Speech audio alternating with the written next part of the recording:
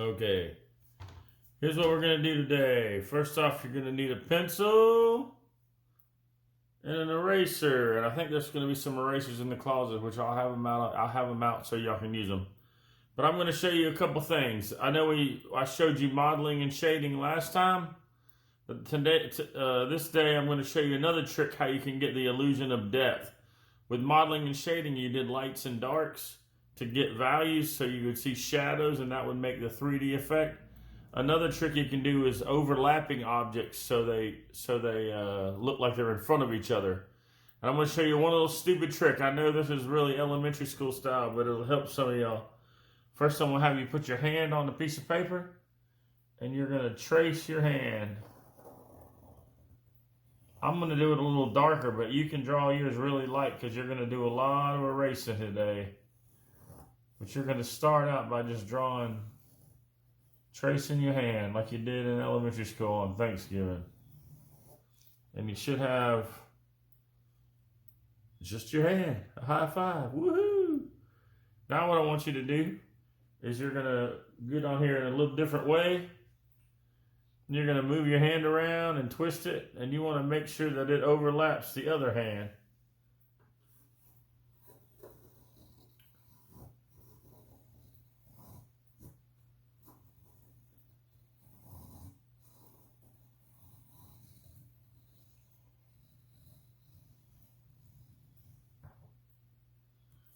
See how you have this hand on, and then this hand, and they're you can see through them. They're transparent here.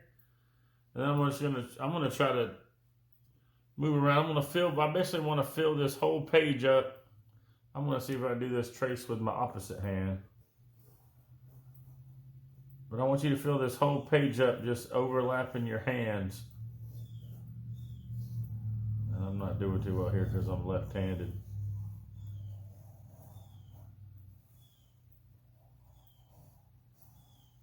Make sure when you trace your hand that it goes off, your arm or your hand goes off the edge of the paper. Another thing you can do is you can spin the paper around, and then you can throw your hand in here a different direction, and you can make little make your hands going into different positions just to make your drawing more interesting.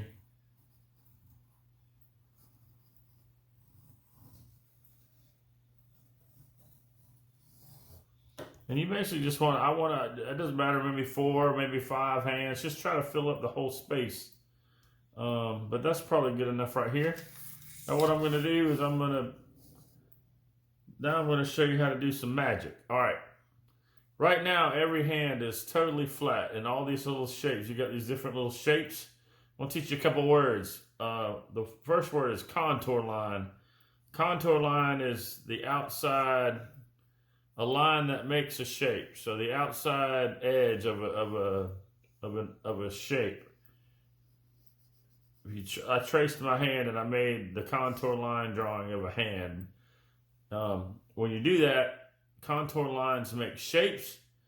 It makes space. The inside of this hand is positive space, and the outside is negative space. And it's like that with all these hands. But right now, we don't have any depth into the picture. The way we're going to get depth with the illusion of 3D is we're going to just simply use the eraser I mentioned earlier, and we're going to figure out which hand we want to pop forward and how we want to push some back. And the way you want to bring the hands forward is all you're going to do if you want to bring it forward is you're going to erase the line, the contour line on the inside of the shape that you want to come forward. So I want this little rock and roll fingers to come forward. So I want to erase all the lines on the inside of the finger that I want to come forward. So see how that finger is now it's in front of this hand because this line's going behind that one. We just overlapped it. So what I'm going to do is do that. Now I got to figure out which one I want to have on top now. So I think what I'm going to do now is have this hand be the second one from the top. So what I'm going to do here is erase the lines on the inside of this hand, except for the one that I want to be forward. So what I'm going to do is go here. That one's in front, that one's in front. So then I'm going to go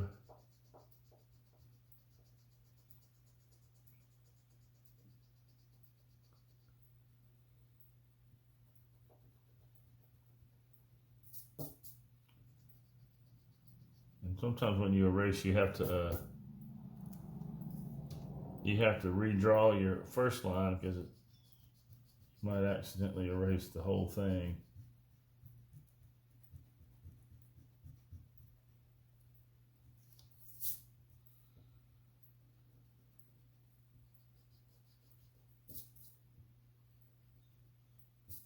Let's see, I think I got a getting close.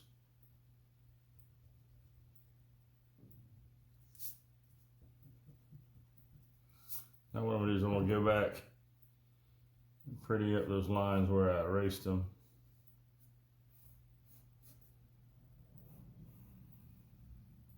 And darken them up.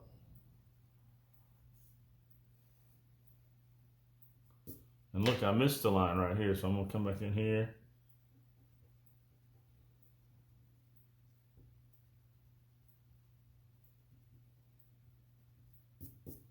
And I'm gonna redraw that one that's in front. And now you see how this hand, I'll get rid of these little scrapings. This hand is in front of this hand, and then this hand is in front of that hand. And then this one, I guess I have to figure out if I want to put this one behind this hand or behind this one. I think I'm going to make this hand in front of this one. So all I have to do here is get that little bit of the tip right there. And then I have to erase this part.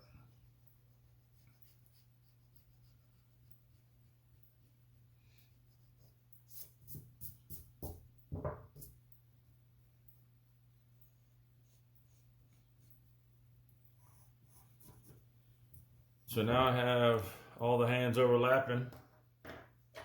I hope you can see that. I'm going to trace, you don't have to trace yours out, but I'm going to trace mine out with a Sharpie just so you'll see. Once I get it like I like it, I'm going to come in here and trace this out.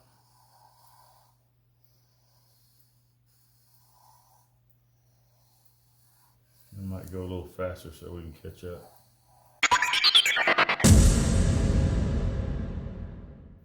All right, there you go. I got this hand in front of this hand, this hand's in front of this hand, and this one's in front of this hand.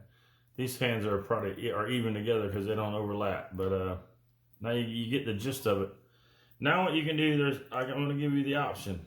One is you can take a pencil and come in here and model and shade it and try to get shadows like we did earlier and put the hatching and the cross hatching and stuff.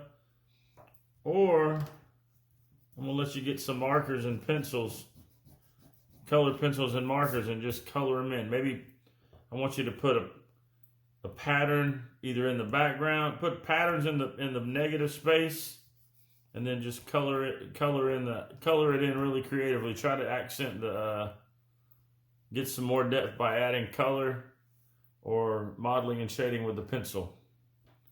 And hopefully that'll be cool. I'll show you a couple examples too that I have from back in the day. All right, that's it. Thanks.